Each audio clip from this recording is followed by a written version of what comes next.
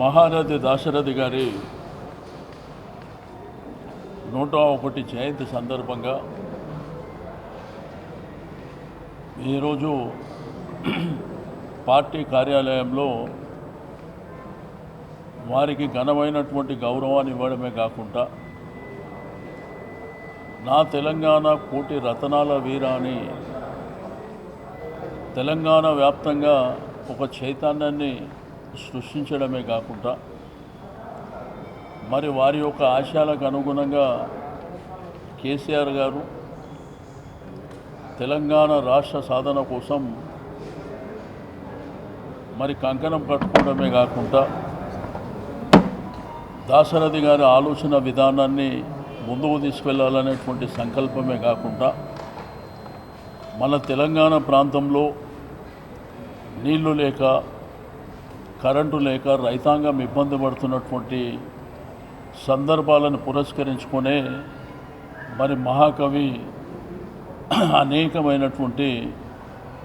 వారి యొక్క పుస్తకాలు మనం చదివినప్పుడు తెలుస్తుంది. ఎందుకంటే ఈ భారతదేశానికి స్వాతంత్రం వచ్చి 1947 అయినప్పటికీ 60 సంవత్సరాలు మరి తెలంగాణ వ్యాప్తంగా కోసపడినటువంటి సందర్భాలు. ఒకవైపున ఉద్యోగాలు లేవు, రెండో వైపున మన రైతాంగానికి నీళ్లు లేక కరెంటు లేక నానా రకాలుగా ఇబ్బందులు పడుతున్నటువంటి తరుణంలో వారి చైతన్యాన్ని పుణికిపుచ్చుకొని మనకు స్వేచ్ఛా వాయువులు రావాలి, మన స్వయం పాలన జరగాలి, మన రాష్ట్రం మనకే ఉండాలనేటువంటి సంకల్పంతోనే మరి వారి యొక్క ఆలోచన విధానాన్ని ఆ పోరాట పటిమని ముందుకు తీసుకెళ్ళి ఈరోజు తెలంగాణ రాష్ట్రాన్ని సాధించుకోవడమే కాకుండా ఈ భారతదేశంలోనే అగ్రభాగంగా నిలబడే విధంగా కేసీఆర్ గారు చేసినటువంటి కృషి మన కళ్ళ ముందే ఉంది. మరి అతి తక్కువ టైంలోనే 24 గంటల కరెంట్ ఇవ్వడమే కాకుండా మిషన్ కాకతీయ ద్వారా